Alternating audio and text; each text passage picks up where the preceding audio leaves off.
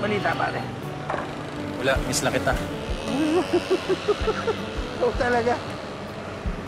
Hindi, alis muna ako. Usapin ko si Bombay. Hindi kasi ako nakabayad sa kanya na sana huwag muna ako singilin sa porsyento. Huwag mo nang intindihin si Bombay. Kasalubong kami nung Sabado. Binigay ko muna yung hulog mo para di ka matubuan. Ginawa mo yan para sa akin? Oo naman, ano ka ba? Para salamat. Oo.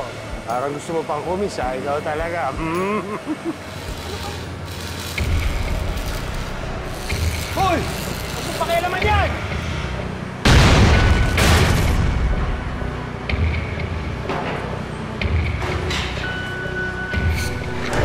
Tulungin si Alan! Dito ba? Tulungin niya! Arman! Hali kayo! Arman!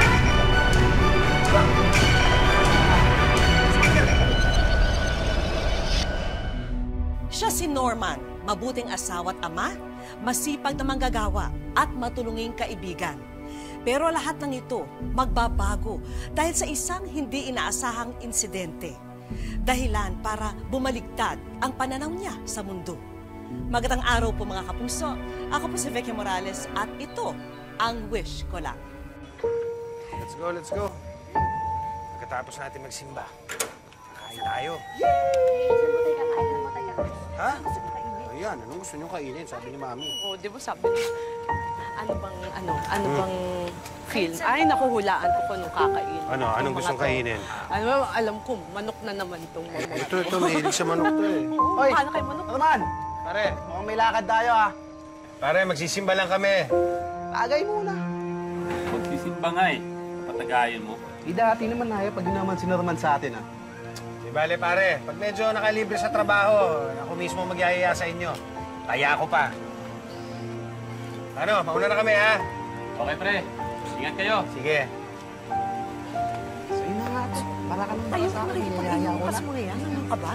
Ako ba naman, Han? Tagal na natin pa yung dalawang yan. Siyempre, kailangan ko rin samahan natin sila. Kayo yan. Tara na. Ito, excited na to eh. Hoy, minsan lang ha. Ayaw, pare. Nabinta ko ng kalakal.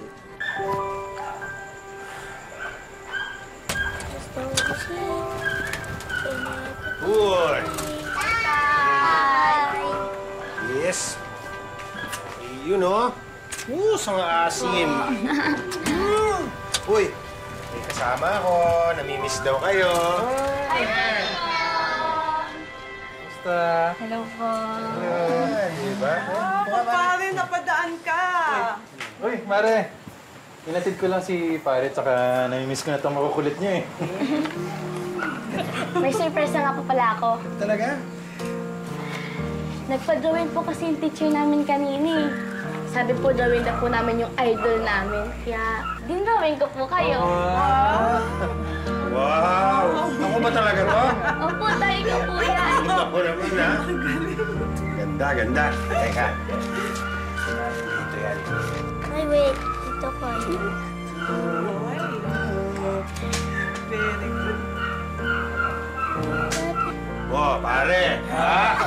Kita mo, ha? Wala ka niyan. Talaga? Sabit ko na, ha? Talagang kinabit mo dyan, ha? Siyempre. Yan ako, ang patakot ng mga, Ang gwapo niya nga po dyan eh. Yan, pag susuntok ka, yung binti mo, kailangan para pag suntok mo, may power, gano'n. Ha? O, sige, dito. Yan, yung kabila. Ako naman. Ganun mo, paano mo? Yun o, di ba? O, ikaw. Ang galing mo talaga, Tay. Baka. Okay, nanganala ko. Punta na sa school. Late na kayo. Sige na. Papasok na daw, sabi ni Mami. Kamusta pa kami sa agad to? Nagpa-practice lang kami. Bye lang po. Bye. Makabait, ha? Bye. Makabait. Bye na. Huwag na tayo masyado ha. Ingat kayo, ha? Bye po. Bye. Ingat kayo. Ay, Ang anak natin, baka mapaaway sa school sa mga tinuturo mo, ha? Hindi naman, ha? Hindi ko naman tinuturuan makipag-away ang anak mo. Tinuturuan ko lang siya dumipensa sa sarili niya. Para ako yung anak mo, baka mamaya bubuli-bulihin sa school yan. Mabuti na yung marunong mag-self-defense. Eh bakit? Hindi naman lahat ng lalaki nakikipag-away ah. O, sige, hindi na. Ako nga, hindi ako nakikipag-away, di ba? Pasok na ako, ha? Oo. Ano naman ganyan na kasi mangot? Smile na. Smile na. Sige na. Hindi ako papasok pag di ka nakasmile. Smile na. Isa pa ang smile. Yung totoong smile. Sige na, pwede na ako pumasok. Ha, pasok na ako. Okay, sige ha. Pasalubong, ha? Okay, isa pa. Okay, sige. Bye, honey. Bye, Mal. O, yung mga kara dyan, pakilinis nyo ha, para ma-stick na yan ha. Sige, yung pwede bang gawin ha? Ayusin yung lahat mga ayusin dyan.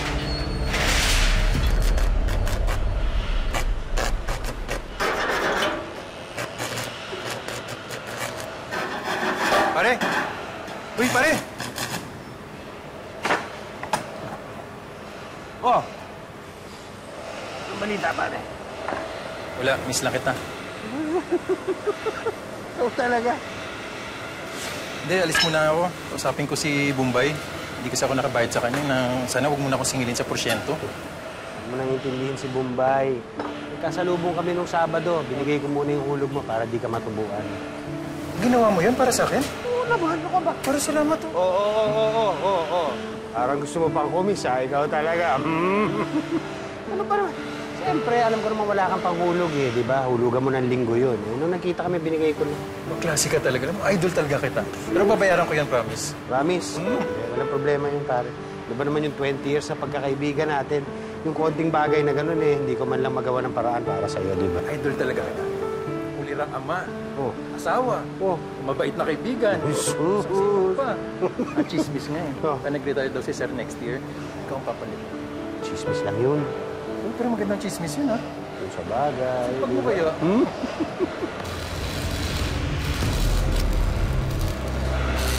Hoy! Ano pakialaman yan?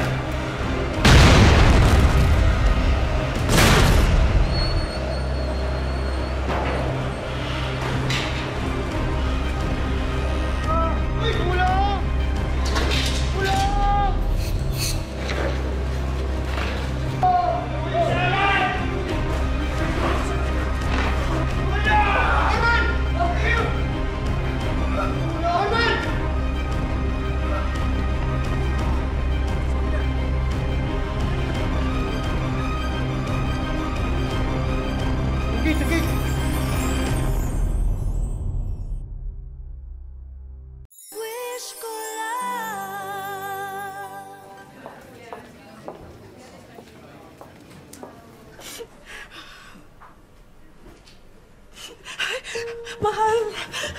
Diyos ko, salamat po, mahal. Kumusta ka? Ano na nangyari? Pare, huwag ka muna kumilos, ha? Mari, tatawagin ko ng doktor. Oo, sige. Mahal, buti naman. Kumusta pakiramdam mo? Ano nangyari, mahal? Mahal, pahinga ka lang. Huwag kang gumalaw masyado, ha? Buti naman nagising ka na. Mahal, hindi ko maramdaman ang binti ko. Mahal, hindi ko maramdaman ang binti ko. Teka, relax ka muna. Dali. Mahal, ano nangyari sa binti ko? Ano nangyari? Bakit pinutol nila? Bakit pinutol ang binti ko? Mahal, para mabuhay ka. Sige, mahal, bakit pinutol nila? Tatawagin ko. Napaka-explain. Bakit pinutol niyo yung binti ko? Pinutol niyo, ha? Bakit pinutol niyo? Bakit? May chemicals po ang lata na nakasukil sa inyo at na-infected pa ang sugat. Pero ginawa po namin ng amputation para di po kumalat sa buong bahagi ng inyong katawan. Again, we're so sorry. Mahal, di ba sinabi ng doktor na buti na lang naagapan yung sugat mo. Hindi na kumalat yung infeksyon, di ba? Pare, May sinasabi sila na prosthetic daw yun, na paa. Pag meron ka daw nun, makakalakad ka ulit.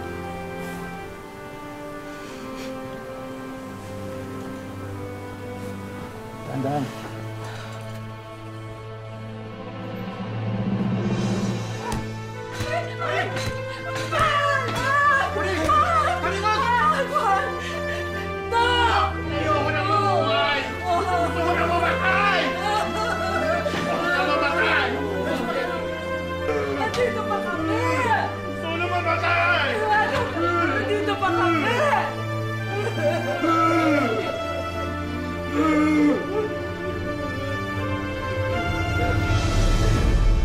Hindi nagtagal, iniuwi na rin si Norman ng pamilya niya. Ngunit hindi na raw siya ang dating ama at asawa na nakagisna nila. Si nanay po yung nagluto nito. Ito pong juice, kami po ni Jesus ang nagtimpla nito. Labas nyo na yan. Dahil gusto lang naman po namin kahatiran ng pagkain. Gusto kong kumain. Kaya kong kumuha ng sarili kong pagkain at sarili kong juice. Hindi ko kayo kailangan na dalhan nyo ako ng pagkain dito. Labas nyo na yan!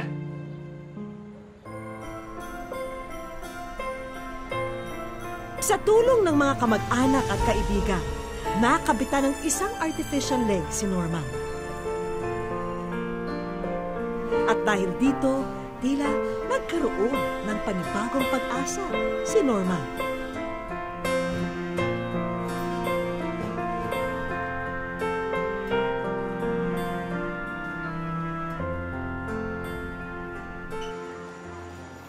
Ay, tagay mo na nga yan.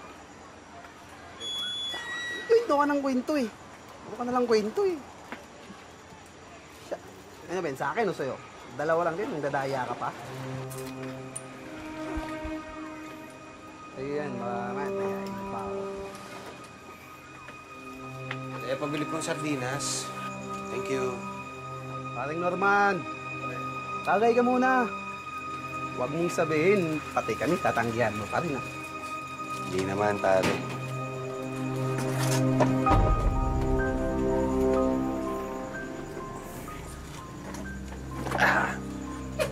Ayun ba to? Sa'yo, pare. Salamat. Bigyan mo nga ulit. Anong lakas mo pa rin pala uminom, pare? Hindi naman. Tagal na tayo di nakakapag-inuman eh. Sige.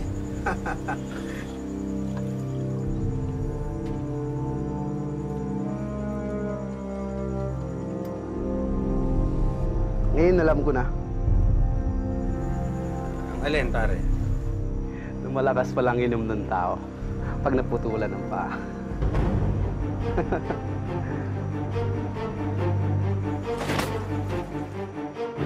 Bago ka!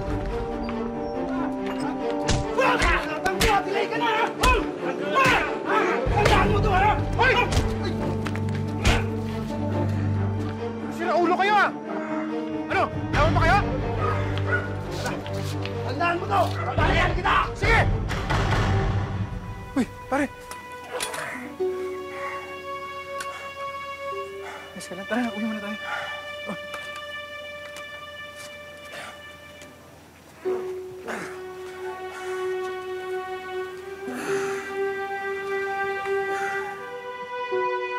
Ano bang ginagawa mo sa sarili mo? Ha? Kung may problema ka, magsalita ka sa amin! Ano ang ginagawa mo? Tignan mo sarili mo! Pare, natural lang naman na masama pa rin ang loob mo hanggang ngayon eh. Pero sana naman pare, huwag mo naman daanin sa pananakit. Nalala mo ba yung sinabi ng doktor? Maswerte ka pa rin nga daw eh. Dahil hindi napuruhan ng sumabog na bakal. Maswerte? Ako, maswerte? Sinasabi mo lang yan dahil hindi ikaw ang nadisgrasya. Uy, totoo yun pare. Hindi ka nag-iisa. Nandito kami ni Kumari para tumulong sa'yo. Kailangan ng tulong mo! High school pa lang tayo, ako na nagdadala sa'yo. Hanggang ngayon. Tapos sasabihin mo sa akin, tutulungan mo ako? Hindi kita kailangan. Umalis ka sa pamamahay ko!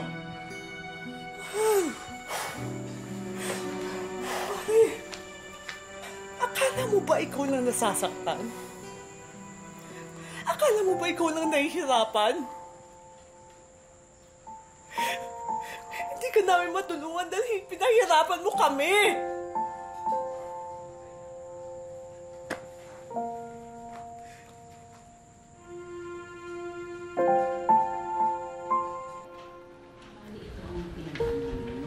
Upang patunayan na meron pa siyang silbi, nag-apply bilang welder si Norman. Pero laging iisa lang ang resulta nito.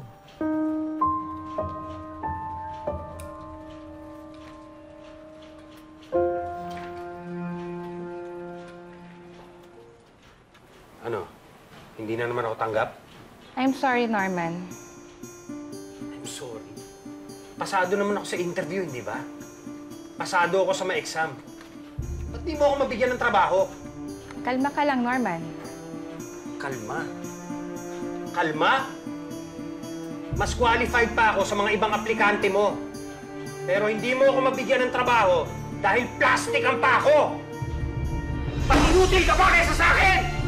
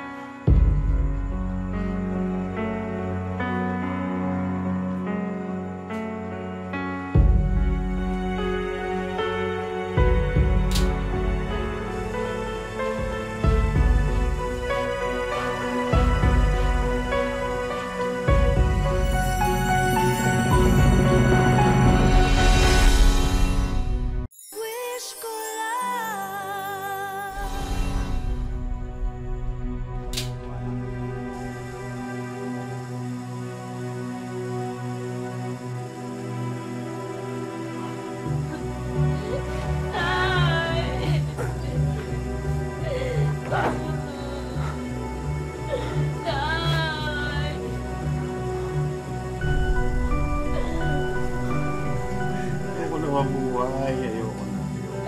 Tay, hindi po. Tay, kailangan po namin kayo.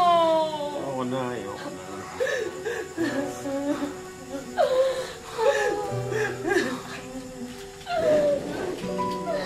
Ayun po. Tay, mahal po namin kayo. Iwanan niyo ako. Iwanan niyo ako! Tay, hindi po.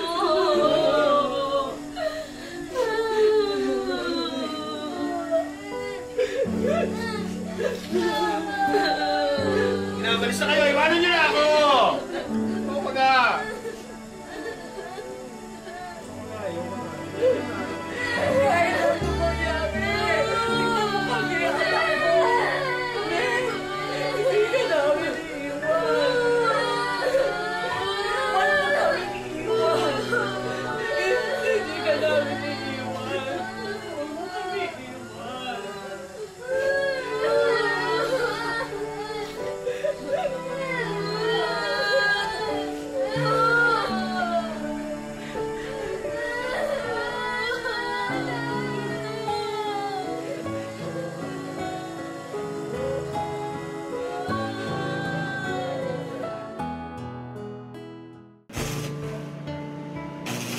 Dalawang dekada na ang nakalipas mula nang maganap ang trahedyang nagpabago sa buhay ni Norman. Pero hanggang sa mga araw na to, ang bawat hakbang ng kanyang bakal na paa Nagpapaalala na pangalawang buhay na ang tinatamasa niya ngayon.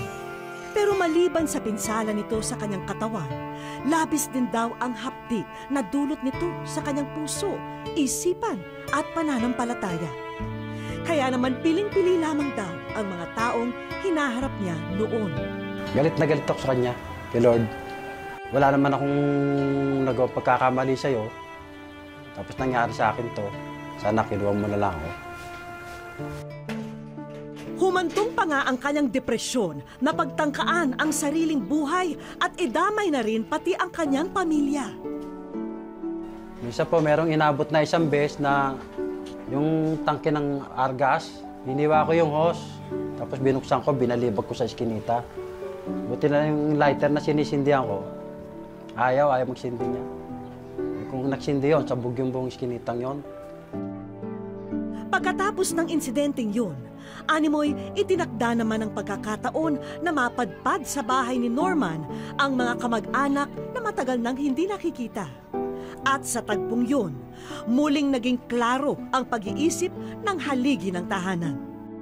Walang binigay na pagsubok ang Diyos na hindi nararanasan ng buong tao, ng buong sanlibutan. Kaya niya binigay sa yun kasi kaya mo, malalampasan mo, nakasama siya. Ang mga salitang yun ang muling nagpabangon kay Norman. Humingi ng tawad si Norman sa kanyang pamilya at nangakong aayusin ang sarili. Muli rin niyang pinatibay ang kanyang pananampalataya. Nagsisimula na ring mag-ipon si Norman. Wish niya kasi na sana'y makapagpagawa siya ng bagong prosthetic leg para mas maging magaan ang kanyang paghahanap buhay. Sa ngayon po, pag may nagpapagawa ng poso, tapos yung nagpaparepair ng mga nasusunog na mga yung tawag to, pressure pump, inayos ko po. Tapos ngayon ito, yung para magamit, i-repair ko na lang. Kasi nagtanong ako isang beses, sabi sa orthopedic, 25K. Doon sa mismo orthopedic ako napunta, siguro mga 2 years na ngayon. Gusto ko sana pagkilala sa inyo ang aking asawa. Siya ang nagbigay ng buhay sa akin. Dahil natutunan ni Norman ang mabuhay muli ng may malakas na pananampalataya, wala na siyang pangamba sa pagharap sa bawat araw na darating. Kaya binigay ng Diyos ang kanyang buktong na anak na si Jesucristo para ang buong sanlibutan ay maligtas. Sino man ang lubos na nananampalataya sa kanya ay maligtas at hindi mapahamak.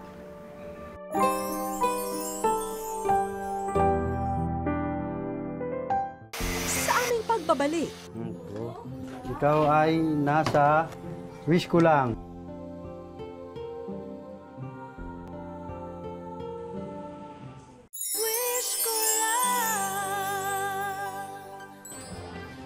hindi namin malalaman ang kwento ni Norman kung hindi dahil kay Rogel. Siya ang best friend ni Norman na napanood sa pagsasadula. Dumihim ako sa wish ko lang para matulungan ko yung aking isang kaibigan na lubos na nangangailangan ng kanyang prosthetic na paa. Pre, patulong nga. Buksan mo nga. Ano ba? Patulong nga. Hindi ko mabuksan eh. Walang... At dahil si Rogel na ang aming kinunsyaba, siya na rin ang bahala para sorpresahin ang kanyang BFF o best friend forever. Taboy pa. Ano ba ang dinala mong proyekto, Rogel, para sa iyong kumpare? Kailangan buksan niya yan eh. Paano ba gagawin natin dyan? Kasi walang susi? Oo, walang susi. Sana mabuksan mo ang kaong ito dahil mahalaga ang nasa loob nito. Meron bang hindi kayang masolusyonan si Norman the Handyman? Nang mabuksan na ang misteryosong baul, eto ang tumambad sa kanya. Ikaw ay nasa wish ko lang. Wish ko lang!